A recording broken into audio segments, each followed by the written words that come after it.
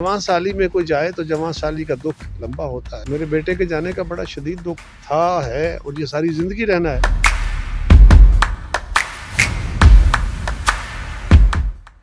लेकिन फिर ये भी है कि उसको अल्लाह ताला ने मुझे हौसला दिया। मैंने बाकियों को भी कहा कि जब हमारा ईमान है, जिंदगी और मौत अल्लाह के हाथ में है, तो ये अल्लाह के इनाम है। औलाद बहुत बड़ा है और ये इनाम हमें अल्लाह ने इतने अरसे के लिए दिया था। कोई भी हुकूमत आती है, जमात कोई भी हो, अपोजिशन उसको 5 साल का दौरानिया पूरा नहीं करने देती। आपको नहीं लगता कि 5 साल का दौरानिया पूरा करना चाहिए? अस्सलाम वालेकुम ख़वातीन व हज़रात, कैसे हैं आप? कैसे मिजाज, हालात, ख्यालात और जज्बात? उम्मीद करता हूँ कि ठीक ठाक होंगे, फिट फाट होंगे, हंसते मुस्कुराते होंगे और आपने अपनी मुस्कुराहट के साथ साथ दूसरों की मुस्कुराहट का भी खास ख्याल रखा होगा। ख़वातीन व हज़रात, मैं हूँ बहलोल मुर्तज़ा और आप देख रहे हैं BM न्यूज़। आपको पता है पूरे मुल्क में सियासी गहमा गहमी है। कुछ ऐसी निगाहें हैं जो इलेक्शन की तरफ देख रही हैं, कुछ ऐसी निगाहें हैं जो अदालत की तरफ देख रही हैं। इसी गहमा गहमी के हवाले से बात करने के लिए मशीर बराए अमूर कश्मीर गिलगित बल्तिस्तान मेरी मुराद जनाब चौधरी कमर जमान कायरा साहब हैं। अस्सलाम वालेकुम। जी वालेकुम अस्सलाम। बहुत शुक्रिया आपने BM न्यूज़ को सर टाइम दिया। मेरी खुशी है जी। सवाल मैं आपसे पूछना चाहता हूँ कि माशाल्लाह खानदानी सियासत का सिलसिला चलता आ रहा है। आप पर्सनली तौर पे अगर सियासत में न आते तो एक अच्छे डॉक्टर होते, अच्छे वकील होते, अच्छे प्रोफेसर होते या अच्छे स्पोर्ट्समैन होते? ये तो मुझे नहीं पता मैं क्या होता, लेकिन मेरी ख्वाहिश ये है थी अगर मैं सियासत में ना आता और मेरी चॉइस होती तो मैं उस्ताद हूँ। इलेक्शन की डेट आ चुकी है, मई में अनाउंस हो चुका है। एक तो आप बताइएगा कि आपकी तैयारी कैसी है, दूसरा ये बताइएगा कि इलेक्शन होंगे नहीं होंगे, आगे जा सकती है, पीछे आ सकती है डेट, क्या मुमकिन है? पीछे आने का तो कोई सवाल नहीं है जी। डेट ये एक मुतनाज़ा सा इलेक्शन हो गया है। ये डेट, इस पे इतने तनाज़े खड़े हुए हैं। सुप्रीम कोर्ट के अंदर से कई केसेस आ गए, कई फैसले आ गए और इसीलिए इस पे एक सवालिया निशान भी उठा खड़ा है, जो आपने अपने सवाल में भी खड़ा किया। हम सब की कोशिश थी कि खान साहब असम्बलियां ना तोड़ सके और इलेक्शन अपनी मुद्दत पूरी करने के बाद एक वक्त में हो। खान साहब ने इन असम्बलियों को किसी वजह से नहीं, सिर्फ अपनी ख्वाहिश को पूरा करने के लिए, असम्बली तोड़ने की वजूहात होती है ना, जिस तरह माजी में भी असम्बलियां तोड़ी गई और बहाल कर दी गई क्योंकि वजह नहीं थी। अगर तो गवर्नमेंट नहीं चल रही, अगर असम्बली नहीं चल रही, लेजिस्लेशन नहीं हो रही, माहौल अच्छा नहीं रहा, फिर अब नए मैंडेट की तरफ जाते हैं कि रीजनिंग होनी चाहिए। लेकिन खान साहब ने सिर्फ इलेक्शन के इनेकाद के लिए, अपनी ख्वाहिश पूरी करने के लिए ये किया। हमारी कोशिश थी और है, हम आज भी समझते हैं इस मसले का हल अदालती फैसला अपने सर आंखों पे बिस्मिल्लाह। लेकिन उसके बारे में भी अब इतने सवाल खड़े हो गए हैं कि वो फैसला 2-3 का मानना है देखा जाएगा या 4-3 का मानना है वो देखा जाएगा। ये गवर्नमेंट कंफ्यूज्ड है। लेकिन वो 2-3 या 4-3 के फैसले को एक तरफ रखते हुए अगर इंतखाबात का इनेकाद इस तरह होता है कि पहले पंजाब में हो, फिर महीना डेढ़ बाद खैबर पख्तूनख्वा में, उसके बाद फिर पूरे मुल्क के अंदर, तो इससे जिस सियासी ठहराव का हम ख्वाहिश कर रहे हैं, जो हमारा ख्वाब है, जो होना चाहिए नेचुरल, वो पूरा नहीं होगा, बल्कि इससे तसादम और लड़ाई और बढ़ जाए। लिहाजा एक वक्त में एक टाइम पे इलेक्शन करा के पूरे मुल्क में ये फैसला हो जाए कि वफाकी हुकूमत कौन बनाएगा, सूबों में किस किस की हुकूमत बनेगी, ताकि लोग कम से कम इत्मीनान कल्ब से 2-4 साल के लिए ये मामला सेटल हो और यकसुई से कोई काम। दोबारा मुंतखब हो जाते हैं आपकी गवर्नमेंट दोबारा से आ जाती है, फिर अपने इलाके के लिए और मुल्क के लिए क्या प्लानिंग है अपनी? फिर अजीज, इस मुल्क के अंदर मुस्बत सियासत को फरोग देना है, झूठ से एतराज करना है और हमें टॉलरेंस की पॉलिटिक्स, बर्दाश्त की सियासत को आगे बढ़ाना है। इस वक्त हम आहिस्ता आहिस्ता इस अमल का शिकार हो गए हैं। सियासी, मुआशी, माशरती, मजहबी, हर तरह हम इनफरादी जिंदगी के मेरा मेरा के कायल हो गए। हम इज्तिमाई जिंदगी भुला बैठे हैं और यही हमारा अजाब है। ना अल्लाह के घर ये मकबूल है। अल्लाह ताला ने हमें मजहब और जो हदायत दी है वो भी एक नज़्म इज्तिमाई की बात है, और जो दुनिया में रियासतें बनी हैं और जो बेहतरी की सामान बने हैं वो भी एक नज़्म इज्तिमाई और बेहतर नज़्म इज्तिमाई के तहत बने हैं। हम वो रास्ते छोड़ बैठे हैं। अनफॉर्चुनेटली लोगों को सच और झूठ की तमीज नहीं रही, या अगर तमीज है भी तो वो उनके ऊपर कोई दबाव नहीं रहा, कोई तमीज नहीं रही। वो समझते हैं कि मेरा झूठ बोलते हुए काम निकलता है तो मैं अपना वो निकालूं। ये हम सियासतदान भी करते हैं, बाकी तबकात भी करते हैं। इसके खिलाफ लड़ना है। जब तक हम अपने इखलाकी इक़दार किसी मुआशरे नहीं, किसी फर्द के अंदर भी, वो अच्छा कारोबारी नहीं हो सकता जो अच्छा इखलाक वाला ना हो, जिसके इखलाक और किरदार दुरुस्त ना हो। कोई अच्छा मजहबी आलम नहीं हो सकता, सियासतदान नहीं हो सकता कोई। तो बेहतर यह है कि हमने अपने मुआशरती इक़दार की इस्लाह के लिए कोशिश करनी है। इलाके के लिए मेरी प्रायोरिटी इल्म, तालीम का निज़ाम। जो मुआशरे तालीम के निज़ाम को दुरुस्त कर लेते हैं वही मुआशरे दुनिया में तरक्की किए हैं, और आने वाले दौर में और ज्यादा इल्म और साइंटिफिक इल्म पे जो तश्कील करदा मुआशरे होंगे वही दुनिया को रूल करेंगे। पहले भी उन्होंने किया,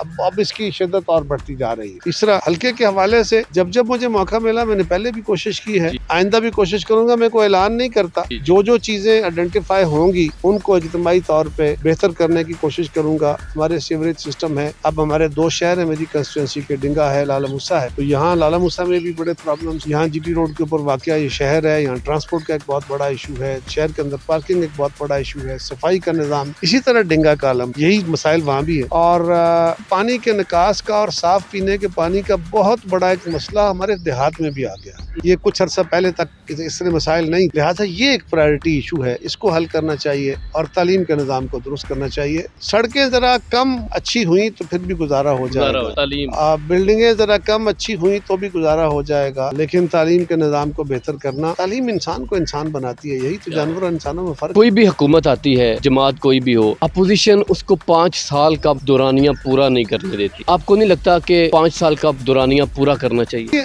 असम्बलियाँ 5 साल के लिए होती हैं, हुकूमतें 5 साल के लिए नहीं। दुनिया के बेशुमार ममालिक में मिड टर्म जो चेंजेस होती हैं वो होती रहती है। जापान में 5 साल के अंदर 4 हुकूमतें बदल जाती हैं, इंग्लैंड के अंदर बदल जाती हैं, बाकी मुल्कों जहाँ एस्टेब्लिश डेमोक्रेसी, ये कोई बड़ा काम नहीं, बड़ा मसला नहीं है। अच्छा है कि अगर कोई हुकूमत चले और 5 साल मुकम्मल करे, लेकिन 5 साल के दौरान भी अगर हुकूमत तब्दील हो जाती है तो अच्छा है, कोई बुरा नहीं है। लेकिन अगर वो मेरिट की बुनियाद पर तब्दील हो, अवाम के नुमाइंदे उसको तब्दील करें। अगर जिस तरह हमारे यहाँ अदालतों के जरिए हुकूमतें तब्दील होती रही या दीगर जराए से होती रही, वो यकीनन नुकसानदेह होता है। और हमारी ये कोशिश थी और है, रहेगी कि असम्बलियाँ 5 साल के लिए और किसी बहुत नागजीर वजह के बगैर, जिस तरह इमरान खान साहब ने किया, ऐसे नहीं, किसी बहुत नागजीर वजह की वजह से अगर अर्ली इंतखाब में जाया जाए तो जाया जाए। वरना अब भी हमारी कोशिश यही थी और है कि 2002 से 2007 तक 5 साल, 2008 से 2013 तक 5 साल, 13 से 18 5 साल, ये 3 असम्बलियाँ पूरी हुई है मुद्दत।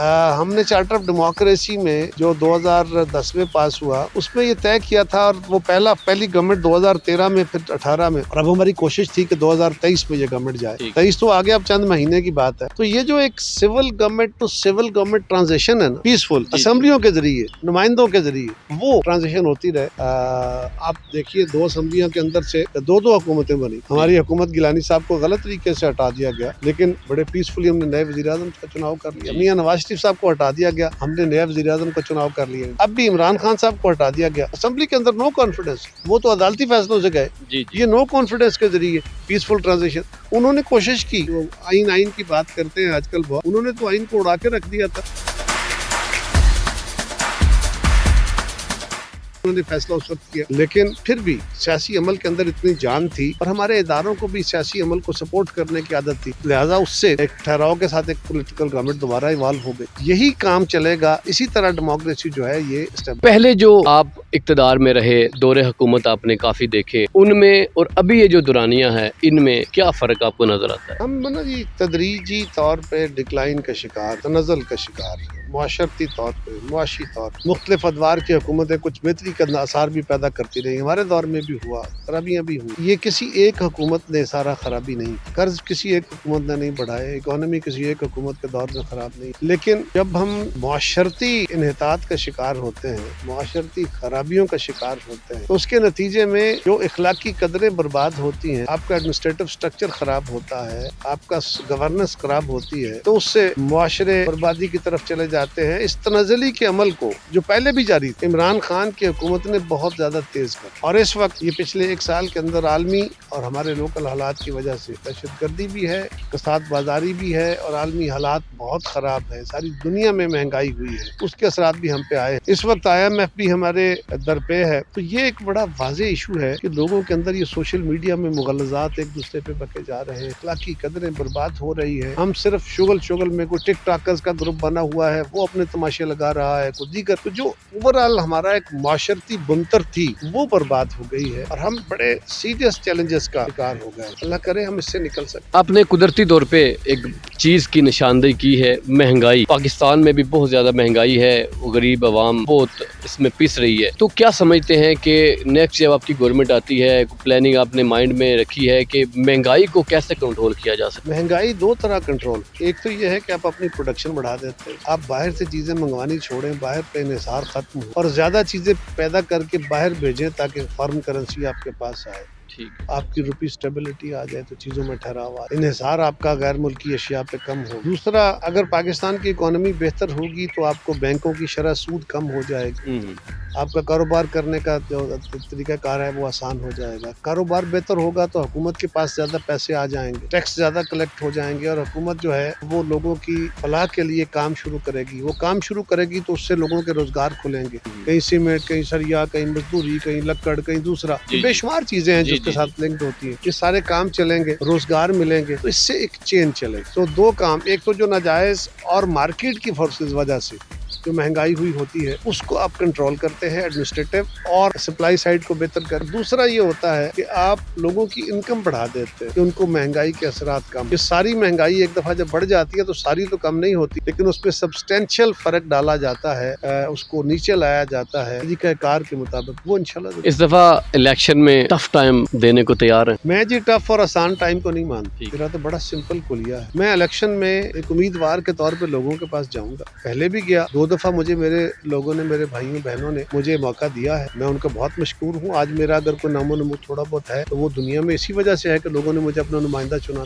نہ چنتے تو مجھے کون جانتا ہو۔ اس کے بعد انہوں نے دیگر احباب کو موقع دیا ہے، میں پھر اب ایک امیدوار کے طور پہ جانے کا خواہش مند ہوں۔ اللہ تعالیٰ نے صحت دی اور موقع ملا تو ضرور جاؤں گا، اور یہ فیصلہ لوگوں نے کرنا۔ اگر وہ سمجھتے ہیں کہ میں ان کا بہتر نمائندہ ہو سکتا ہوں تو مجھے موقع دیں گے، میں اپنی استعداد کے مطابق ان کی کوشش کروں گا۔ میں نمائندہ ہوں یا نہ ہوں، دونوں حالات میں اپنے علاقے کی، اپنے ملک کی نمائندگی جتنی تھوڑی بہت ہو سکتی ہے کرتا رہتا ہوں، کرنے کی کوشش کرتا ہوں۔ اس معاشرتی بگاڑ کو درست کرنے کی کوشش کرتا ہوں، آئندہ بھی کروں گا۔ اگر نمائندے کے طور پہ موقع ملا تو بھی کروں گا، اور اگر لوگوں نے کسی اور کو بہتر سمجھا کا استحقاق ہے، ان کا حق۔ ایک پرسنلی میں آپ سے سوال پوچھنا چاہتا ہوں، آپ کی زندگی میں کوئی ایسی چوٹ، کوئی ایسا دکھ جو آپ سمجھتے ہو کہ اس نے کھلا کے رکھ دیا ہے، جو کبھی بھر نہ سکا ہو؟ دیکھیے، یہ جو دنیا کے دکھ ہوتے ہیں نا، میں کاروبار کا نقصان ہو گیا، کچھ چیزیں ٹوٹ گئی، کچھ زندگی میں خرابیاں آ گئی، کبھی الیکشن ہار گئے، طلاق ہو گیا، یہ چیزیں ریپیئریبل۔ جب لوگوں کے چیزیں بچھڑ جاتی ہیں وہ دکھ بڑے گہرے ہوتے ہیں۔ والدین کا جانا یقیناً بہت بڑا، بہت، اللہ تعالیٰ ان کو دیر ہمارے اوپر سلامت رکھے۔ میرے والد، میرے چچا جب وہ دنیا سے گئے، میرے کزنز گئے تو بہت بڑا خلا، میرے چچا حاجی اصغر صاحب، پھر نصر اللہ صاحب، ان کے جانے کا بڑا شدید نقصان ہوا۔ میرے کزنز بڑے جو تھے، جو اعظم صاحب، عارف صاحب، وہ دنیا سے گئے، تو اس کا اسی طرح فیملی کے باقی جو بزرگ تھے۔ پھر ایک اور صدمہ یہ تھا، میری قیادت محترمہ بینظیر بھٹو، ہماری بہن تھی بڑی، ہمیں ان سے بہت پیار تھا، she was a great leader. Bhutto صاحب کے جانے کا بھی بڑا دکھ تھا سیاسی طور پہ، لیکن بی بی ان کے ساتھ اتنا کام نہیں کیا تھا، اس وقت ہم چھوٹے تھے، بی بی کے ساتھ کام کرنے کا موقع ملا، اس کا بڑا شدید دکھ تھا، اور آج تک ہوتا ہے۔ اسی طرح جب میرا بیٹا شہید ہوا، فوت ہوا، تو وہ والدین کے لیے جوان اولاد کا جانا بڑی تکلیف کا باعث ہوتا ہے، لیکن پھر یہ اللہ کا نظام ہے، جو آیا ہے اس نے جانا ہے، اور ترتیب کیا ہے، بڑی عمر کے لوگوں نے پہلے جانا ہے کہ چھوٹی عمر کا والے کی کوئی باری پہلے آ جائے، یہ تو اللہ کو پتا ہے، لیکن یہ درست ہے جب کوئی چھوٹی عمر والا جاتا ہے، بڑی عمر والا جب اپنی طبی عمر پوری کر کے جاتا ہے، بیمار ہوتا ہے، تو ذہنی طور پر لوگ تیار ہوتے ہیں۔ جوان سالی میں کوئی جائے تو جوان سالی کا دکھ لمبا ہوتا ہے۔ میرے بیٹے کے جانے کا بڑا شدید دکھ تھا، ہے، اور یہ ساری زندگی رہنا ہے۔